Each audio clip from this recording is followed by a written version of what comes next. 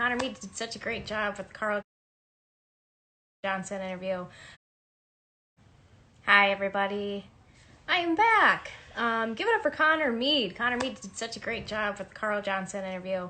I don't know if you know this, but you can find you're watching it now, probably in the future, so you might know this now, but you can watch all of these on our IGTV channel.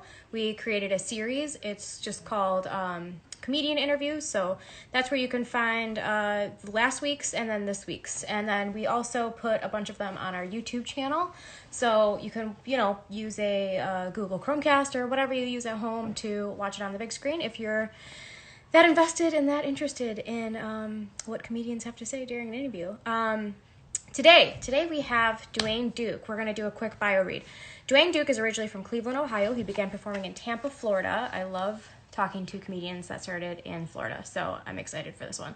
At the Tampa Improv, he draws his humor from personal anecdotes, observations of the world around him, and his own vivid imagination. Dwayne has performed in many shows, showcases, contests, and festivals across America, notably at the Tampa Improv, Fort Lauderdale Comedy Club, Side Splitters Tampa, New York Comedy Club, 2012 and 2013 Florida's Funniest Comedian, holy shit, and the 2013 Cleveland Comedy Festival. Most recently, he worked abroad the Carnival sensation as the Punchliner Comedy Club manager. He currently is living in Cleveland, Ohio, hosting and working through the Midwest and Florida. And I know that he's a part of a comedy festival now, which I'm excited to ask questions about what it's like to produce a comedy festival and what type of work gets put into that. So let's go ahead and go live with Dwayne and see what he's.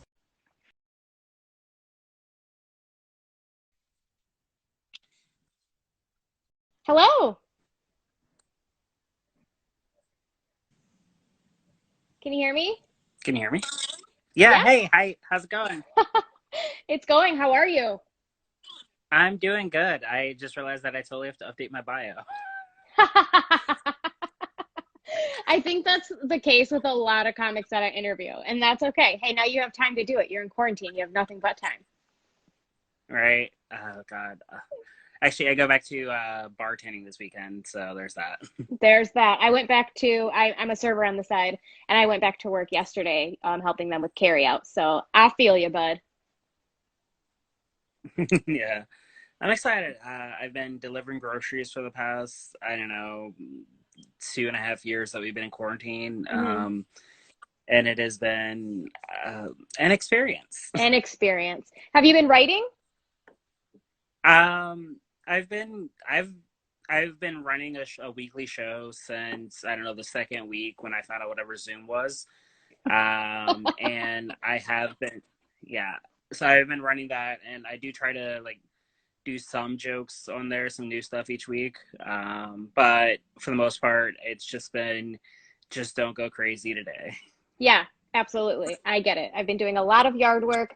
Not a lot of joke writing, unfortunately. It's more of like depression hair, as you can see, and depression naps, and just trying to stay hopeful. So I feel you.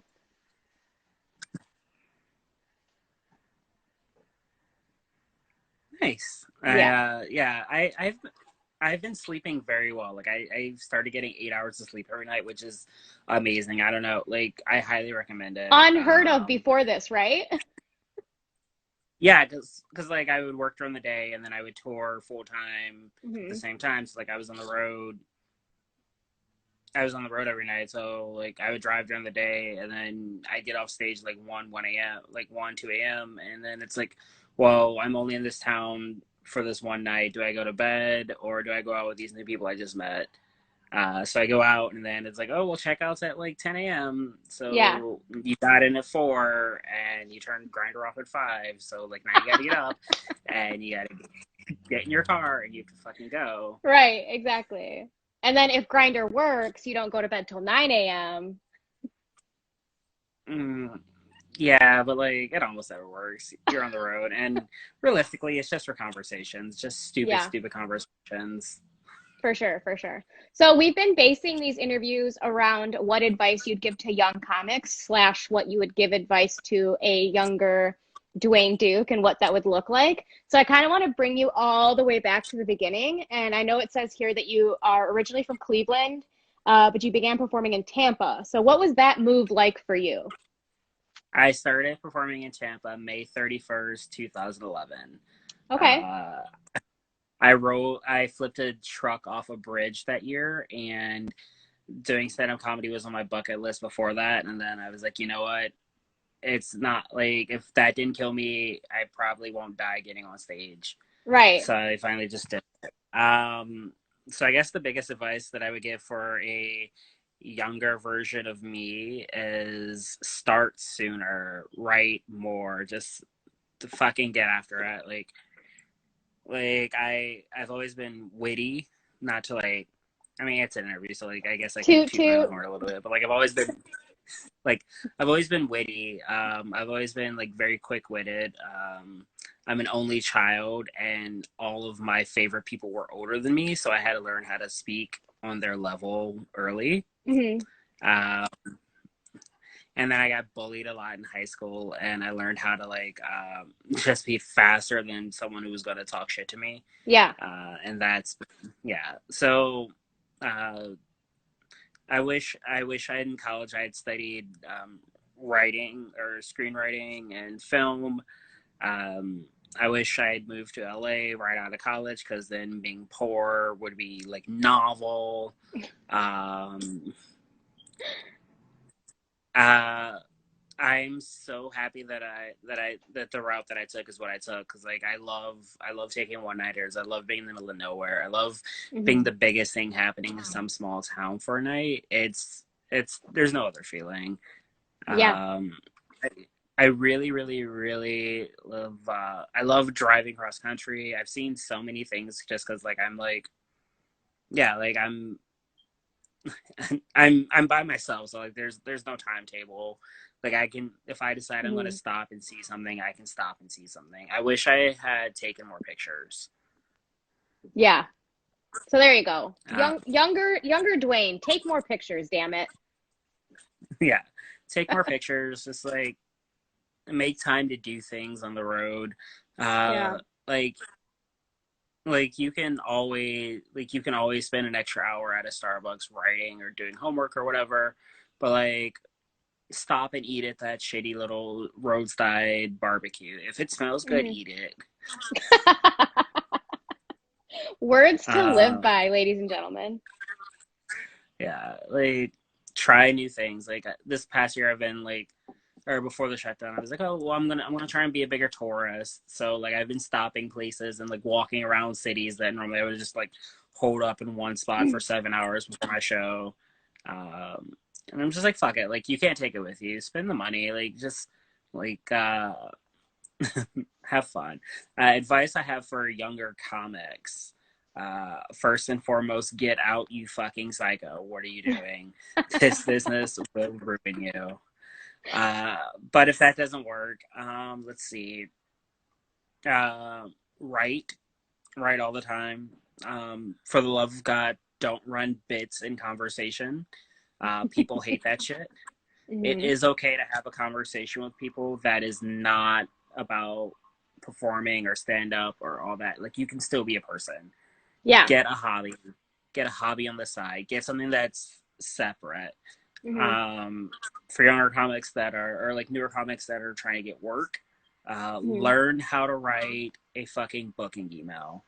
I produce Yes. shows and I produce a comedy festival, and the emails I get like for the most part, like a lot of emails I get are somewhat professional or like there's a basis. But as a producer, I'm looking for three things. If you email me about my show, when you want to do it, um, a video from you, and Hmm. how you found out about the show, or not Yep. even like how you found out about it. But like I want to I want a general idea of who you are. I want to know when you want to do the show, and I want to know if you're funny. So send me a video. Yeah. And like my show is not a night at Caroline's on Broadway, but you have to send a video. Like I'm not gonna book you based off of an email. For sure. Absolutely. Those are all the exact same things we're looking for too. I do like the Yeah. add-on of tell me where you heard of us or whatever. Like I've never like thought of even asking that question, but that's pretty brilliant. I like that. Yeah, like, and it's not even a big deal. Like, oh, so when I send booking emails, because I send them all the time, you know, a closed mouth doesn't get fed. Um, I Hmm. send I send booking emails and messages. It's like, hey, I saw it in this group, or hey, X, Y, and Z said this is a great show. These are my credits. This is my video. I'm going to be in town between this date and this date. Do you Yeah. have anything available? Hmm. And like, if a conversation starts, then I'll respond. If they don't respond to me, I move on to the next booker in that town. Either they saw my video and they're like, nope, or they didn't watch my video. They're fucking busy. They're still a person. Yeah, absolutely. Um, I hate getting multiple messages from booker or from people trying to get booked. Because I'm busy. Hmm. Yeah, I'm producing a show, but either either you didn't have what I was looking for, or I got busy. And I do apologize whenever I sound like such a dick, but like I do apologize whenever like I message someone and I'm like, hey, sorry, you've been busy. Uh, can you send me a video? I hate having to ask Yeah, for a video. I know. It's very annoying. It's very like you're clearly not where you think you're somewhere, you're thinking you're at like a step that you want to be at, but you're not quite there because you don't exactly know how to send this email or how to be professional about it. You know what I mean? Yeah, and like I'm not saying call me Mr. Duke or like Right. send me a 7-page cover letter with like references. I'm just saying, say, hey, this is my name, this is my video.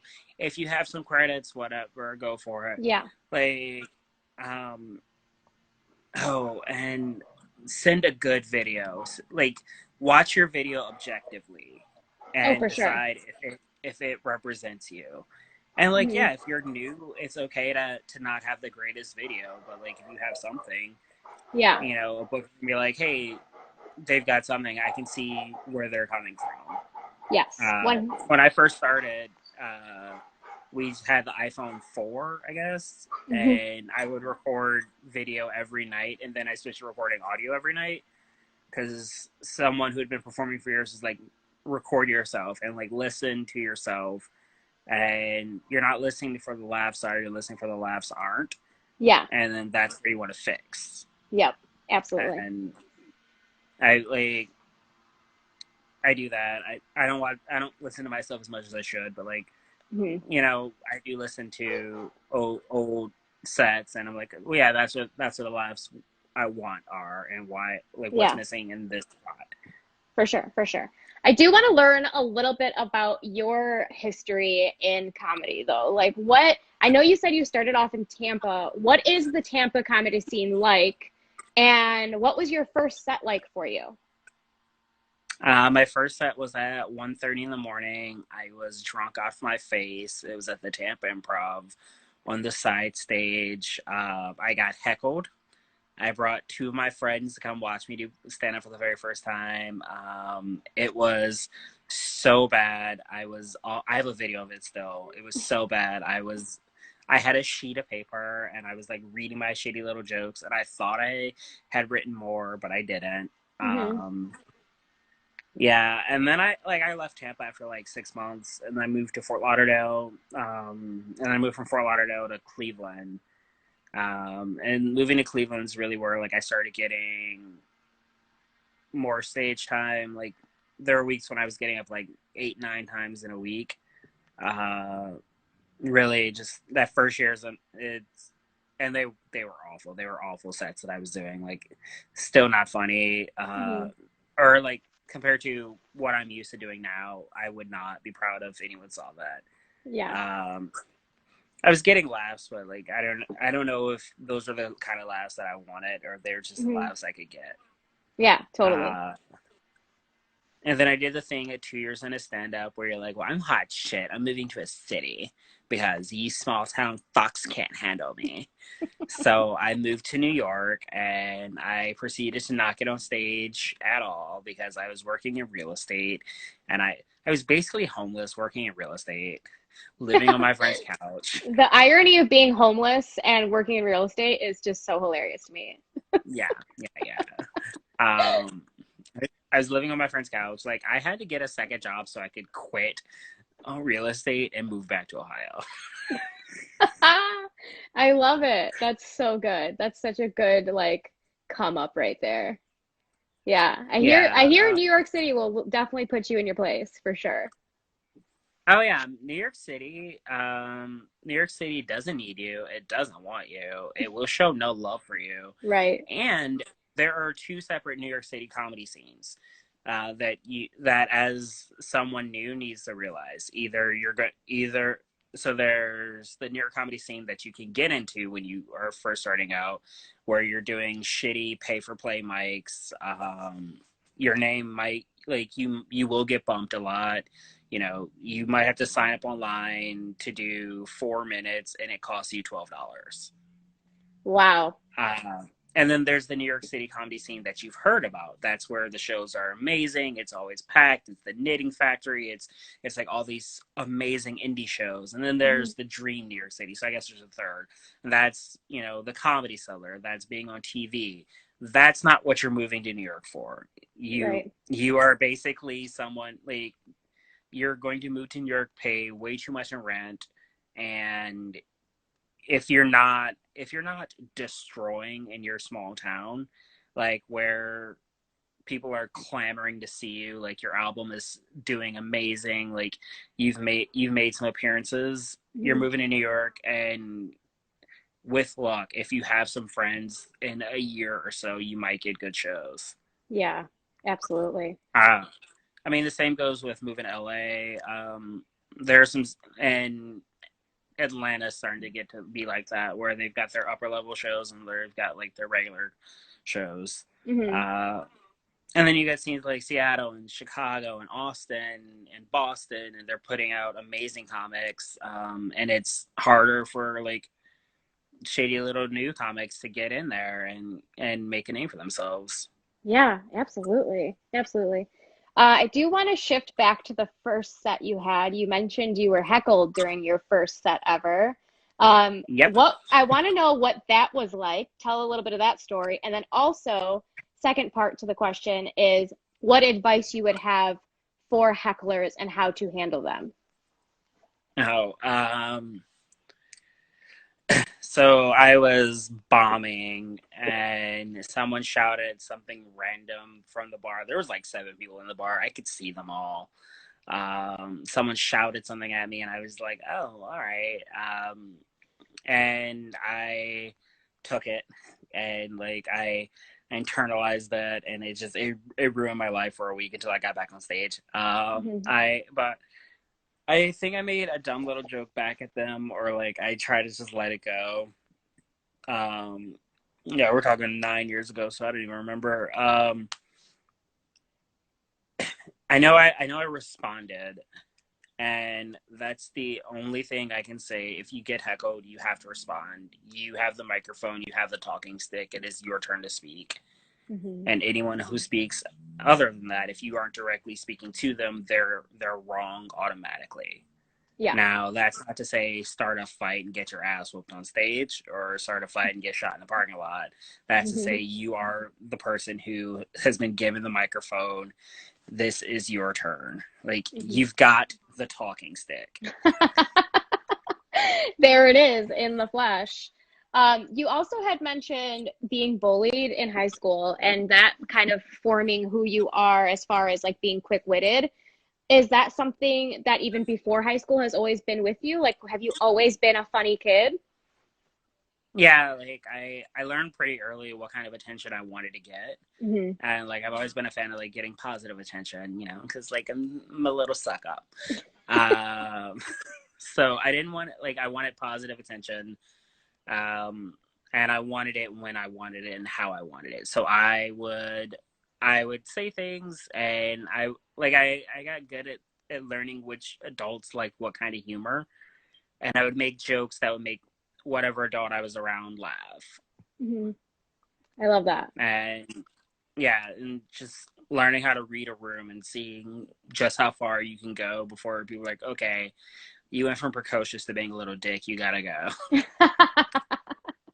Exactly. There's a thin line between those two, I would say. I've experienced Yeah. personally. Uh, Like, I personally do not have the tolerance for the kind of child that I was. I would have drowned me. Good to know. Good to know. Um, it says here on your old bio that you worked aboard as well. So does that mean you were doing like cruises? Yeah, so I worked for Carnival Cruise Line. I can say that because they're probably not coming back after this. Right. Yeah, I was I was an entertainment host and a the comedy club manager on two ships. I worked one contract out at sea. It was gone for like 6 months. It was 16-hour days, and then so I'd Wow. work like a 12-hour day, and then I'd run 5 shows every night. So what's that process like to get hired for a gig like that? I had an audition, so I contacted an agent. They got me an audition, and it like when I say an agent, it's not like they were my personal agent. They were a casting agency for Mhm. cruise lines in the entertainment field. I contacted the agent. They got me an audition. I did a phone interview. I did a Skype interview, and then I had a drive to Texas, and I did an Wow. in-person interview. Yeah. The closest one to me was in Austin, Texas. Gotcha. Or I would have had to wait for like 6 months for it to come to like Boston. And Hmm. then I was like, no, I don't want to wait. Uh, yeah, I'm very patient. Clearly. Uh, so I drove to Texas over Valentine's Day weekend, like 2014, I want to say. Hmm. Yeah, something like that. Um, I interviewed. It was fun. I got hired. I started that September. It was a really good time. I got to see a lot of the Caribbean. Yeah. Um, I danced the wobble more times than I ever want to dance it again. I learned how to DJ on that ship. I learned how to like run crowd control. I got Yeah. really good on a wireless microphone. That's the Okay. one thing that like before that is I was like, what if it goes out? Well, you just Yeah. keep talking. Yep. Hmm. You have to keep talking while changing the batteries and troubleshooting, but you Yeah. can't just have dead air. Oh my God. I can only imagine how that would make you such a strong performer. That's so crazy. And Yeah. are the shows like stacked or like is it one a night? Like what's that look like? I've never even like discovered this realm or been a part of this realm, so very curious. So I was the host, so I would just bring up the headlining comic. They would come up and do like 30 minutes every. They would do 30-minute shows every night, or like 3 to 5 times a night, depending on the ship. So Hmm. one ship I was on, we had 12 shows, I want to say. And I had like five. We had like 10 shows. Say we had 10 shows in a week. Two comics would each do 5 shows. They would do 3 adult and 2 family friendly, and I had to host. Like I would host those shows, but like this was after. So say it was a port day. My day started at like 7 a.m. with crowd management, greeting people as they got off to go walk into port, and then I would go get drunk in like Nassau, and then I would come back, and then we played bingo, and then did like deck parties, and then after the deck party, you do your nighttime activities. So like Yeah. I would work from like 7 to midnight, and the only part I really enjoyed was being in the comedy club. Yeah. Getting to see getting to see comics make money is amazing. It's like, oh my god, you can do that. They pay you. What's that like? Watching a comic get paid is amazing. You're just like, more of Yes. this. Hmm. Absolutely. Agreed. So what would you say? I mean, you've been all over the nation, it sounds like, and also the sea. Do you have a favorite state or venue? I mean, I love the independent. I love the thick. Thanks. Uh, I love Nashville. I'm a huge fan of the Nashville scene. The comics down there are super generous and super nice. Um, if you ever get to work with MK Gannon, splits her time between Nashville and New York City. She's pretty great. My favorite show in the country, and I'm actually doing the virtual show this Friday night on Twitch or something, is Epic Comedy Hour out of Huntsville, Alabama. Okay. It's probably it's the kind of independent comedy show that I would love to that I want to run one day. Like Hmm. it's huge. People come from all around, and a lot of northern comics get this like weird taste in their mouth for like Alabama and the South. I'm like, hey, if you have never been there, you don't know that it's great. Very true. So Yeah. like, just get over yourself. Get in your car and go drive somewhere. And also, it's warm in January, and they'll pay you. Yeah. And also, how about Who's you work your muscle and discover what other rooms are like, you know? Yeah. Yeah. Get out of your comfort zone for a second. I know Like my you, first year on the road, I did biker bars in the South because that's where money was. That's where who was willing to book me, and yeah. I was like, okay, well, if I die, I die. If I die, I die. What did it end up being like? Total opposite of what you thought, or did you kind of Yeah, have, did you it's have always like fun. run-ins of like, there's an issue because I'm black and I'm gay and I'm, you know what I mean? Did you ever run into that? Um, a couple times where people were less, let's say, less than receptive. Hmm. Uh, I've never had any acts of violence. Knock on wood. Hmm. I've had some people be shitty towards me, or they're just like, or they decided they didn't like me, and then my act reinforced that. Hmm. Um, Actually, in Nashville, I almost fought a bar owner, but that's an entirely different thing. We almost fought in the parking lot. uh, yeah. Um, he was being just a total dick, and I vowed to never step foot in that venue again. So, Good for you. Yeah. yeah, Sometimes you have to cut the cord, of course, you know? yeah. Like I have friends that run shows there, and I'm just like, nah, son, fuck this. Yeah, I'm good. I know that you had mentioned having to update your bio. What was missing from this one? Like, what have you accomplished since then? um, well, that still had stuff in there from like 2012, 2013. Hmm. Honestly, I don't have TV credits. Nothing in my bio should be older than like at most 2 years. Hmm. That's just like a good plus. And even when I go on stage, I was like, "Oh, well, what's your credits?" I'm just like, no one here knows my credits. Just say from Cleveland, Ohio, Dwayne Duke. That's Yeah, all you yeah, have to say. Like, get me on stage. They're like, "Oh, well, you've got an album." I'm like, yeah, I got two albums. I like if this is a good set, I'll push them. yeah. I've got to Right. figure it out. Like, Yeah, I don't want to make a host memorize anything about me. Like, just all you have to remember is my first and last name and that I'm from Cleveland, Ohio. for sure, for sure. I guess what I was digging for was I know that you are producing a comedy festival, right? Oh, yeah. So, what should be in my bio, I guess. I think right now it says something about. I had someone write one for me as a joke a couple years ago, and I liked it so much I kept it. Um, it says that my act is not a leap into obscenity, but like a gentle nudge into the profane, and I like that. Love that. Yeah, it's let's see, I've been in more than 15 comedy festivals. Actually, you can see on my wall here. Those are Ooh, that's my comedy festival wall. good shit. That's the only decorations I have in my bedroom.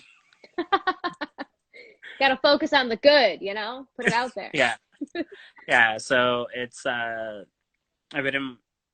I list the festivals that I've been in, and then as a tagged in my bio is like the last line. It says his album Shame Flashbacks is available on iTunes, Amazon, everywhere today, and he's the executive producer of the Midwest Queer Comedy Festival.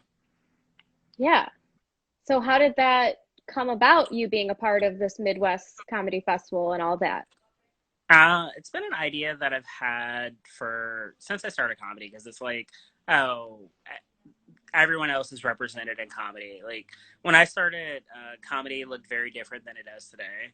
Hmm. Uh, I mean, not super different, but I mean, when I first started comedy, you could get on stage and make a joke about women not being funny, and there we go, yeah, they're not funny, because I mean, all we had was shit, no one. I think Amy Schumer was it for female stand-up comics who anyone knew when I Hmm. started. Like, and it sucks because like most of the comics that I look up to are women, so Hmm. that's the thing. Or like when I started, I knew of zero queer comics, and like I knew of zero touring queer comics. Like I knew that they existed somewhere Hmm. because like Ellen's a person, right? And Yeah. then yeah, so like that's when I started. That's what it was. You had Ellen, Yeah. and yeah, I don't even think. And she's been doing her TV show for 17 years, so she Right. was not touring then. Um, and I was like, well, I want a space that's for comics like me to get more exposure. That's what a festival is. It's a week Hmm. of networking and exposure. It's Hmm. fun. It's hella fun. It's just uh, people describe my festival as summer camp. Yeah. Yeah, Do you because do you everyone. co-produce it? No, I'm the executive producer. Okay. So, and it's run out of my LLC. So I guess I'm the owner. One day, I guess it'll be president and CEO of blank festival, but I'm just the guy that pay. I'm the guy with the debit card. That's it. Uh, although, so like I have a production team, but I've always said that like it's my name on this. It's my project. Hmm. From A to Z, you know, I'm not gonna throw anybody under the bus and be like, oh no, they did this, that's why this is bad. So like anything bad is on me, anything good is on me, and anything in between is on me. Like Yeah. from accepting comics to like, so like I this year I had like 10 people judging videos. This is the first year I didn't have to watch videos, which was so good because we had more than 130 submissions, and it was hell on earth. Like the first year, I watched every video 3 times. Then last year, I watched every video like 3 to 5 times. And Woo. yeah, last year was only like 110 videos, so it was like, okay, this is gonna kill me. So Yeah. this year, I was like, well, I'm seeing a lot of names that I know, so like, I wasn't I wasn't scared that that people would get in that I wouldn't want. Like I Hmm. watched all the videos that came in. Want to make sure that that that the videos work because you'd be surprised how many people will send a video with a link doesn't work. Yeah. Like well, it's on you, or how many people will send you a link to like their Google Drive, and you're like, hey, I don't want to have to download your video to my computer. I want to click a link, watch a minute of it, and then move on to the next thing I have to do. Absolutely. Absolutely. Uh, So, what advice would you give to comedians who might be trying to start up their own festival or like start up their own comedy club or just any type of comic who's interested in uplifting a certain, group of people that aren't recognized as much as, let's say, the white man or, Oh, well, first off, we will never be recognized as much. No. Uh, you have to find an audience. You have to find an audience that uh, you have to find where your audience is. Like, yeah, we should all be more represented, but if there isn't already an audience in place for you to get represented, it's going to be harder because people want I mean, in my case, it's harder to get queer people to come out to comedy shows because they've been the butt of jokes for so long that they feel in general, not specifically, but like in Mhm. general, it feels uncomfortable to go because it's like, hey, I'm not going to pay $40 and order a 2 drink minimum to walk into a place and just hear 100 jokes about why I should die alone. Like, I'm not going to hear that. Like I can't imagine wasting that kind of time, right? Yeah. It's,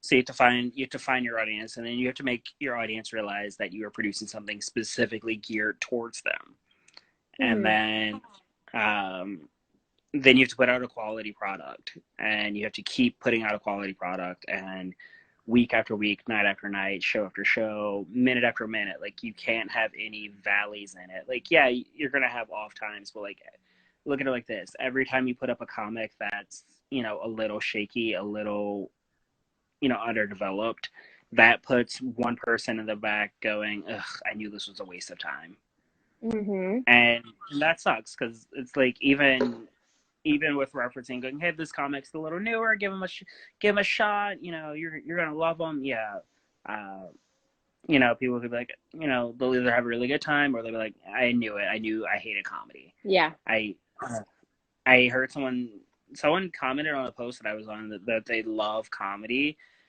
or that they love comedy, but they only watch it on like Comedy Central. They won't go see it live because they can't handle the cringe. And I'm just like, that is everything I hate. It's Right? so sad. God, I hate to Yeah. hear it. And I'm just like, oh, but comedy, Yeah, it literally gives me life. What are you doing? right. Please see it the way that I see it, damn it. Right? Yeah, Like, it's definitely tough. It's definitely tough. I have one more question for you. I like to ask all my comics this. What is your biggest accomplishment thus far? Like, what is something that you're super, super proud of? um, I should say producing the festival, or I should say my albums. I did a show in Portland called Comic Strip, Hmm. and it was like Halloween weekend. I was in Portland, Oregon. It was the crown jewel of my last tour. I did 7 weeks on the road, and I went to the gym every day, and I worked out, and I performed while taking my clothes off, and I performed fully naked, and I had a visible ab while getting a laugh. Hell yeah. That That's is my so crowning achievement, as it should be. Jesus, good for you. I don't know if I right? could Like, ever do that. How scary. yeah, like, I danced on a pole. I changed costumes 5 times. I made like $150 on stage. It was a fantastic night That's amazing. I love that. All right, man. with a visible ab. Yeah, With a visible ab. which is the best part. Just that one little ab. The one little Right. ab that could. All right, well, where can we find your albums? Where can we follow you? Any projects you have going on? Please plug away. You can follow me on Instagram at Funny Dwayne, and I've got a link on there in my bio. It's my link tree, which is my new favorite app, or my new favorite thing. So Because good. instead So of me good. giving like a dozen links out, it just Yeah. has everything in one place. Uh, I have a weekly show on Zoom called Cheap Date. I have a pod vlog casting. It's on YouTube at the moment. I have a YouTube channel. I'm on the Twitter at Life's the Party. I need to check this skin out. I'm all over that. If you put my name in the internet, make sure you spell my name right. If you spell it wrong, you will end up with one of David Duke's followers or side pages. And if you don't know, he's the Grand Wizard of the KKK Louisiana chapter. So Polar opposite of what you're looking for, dudes. So we yeah, are let's. not. Oh God, that just made me laugh so hard. That is hilarious. Well, thank you for not being racist, and thank you for being here and for doing this and taking the time. We appreciate you so much. Thank you, Dwayne. We'll Thank talk to you you. soon. Stay Take safe. care. You Bye. too. What a way to end that interview. That was awesome. Okay, that's Dwayne Duke, you guys. If you are ever in the Ohio area after this bullshit is over, if you're looking for a good comedy festival, you know who to look up. Dwayne Duke, you guys. tomorrow night at 7 o'clock Eastern. Connor Mead will be back. She is going to be guest host interviewer, whatever the fuck you want to call it. Connor Mead. She'll be here with Jenna Friedman. We're so excited. Jenna Friedman came through and did like a one night show for us. I think she was just passing through, and she did a great job, and she was lovely. So I'm excited that The Independent is interviewing her. And we'll get some information from her, man. She's like writing for television, and she's living in New York City, and she's doing the things. And if you Google her, she's actually like has a Wikipedia page and shit. So she's the real deal, you guys. Very excited for Connor to meet her and to get some advice from Jenna Friedman. So again, Dwayne Duke, I'm Johanna Madronda. Tomorrow, Connor Mead, Jenna Friedman. You guys have a good night. Take care.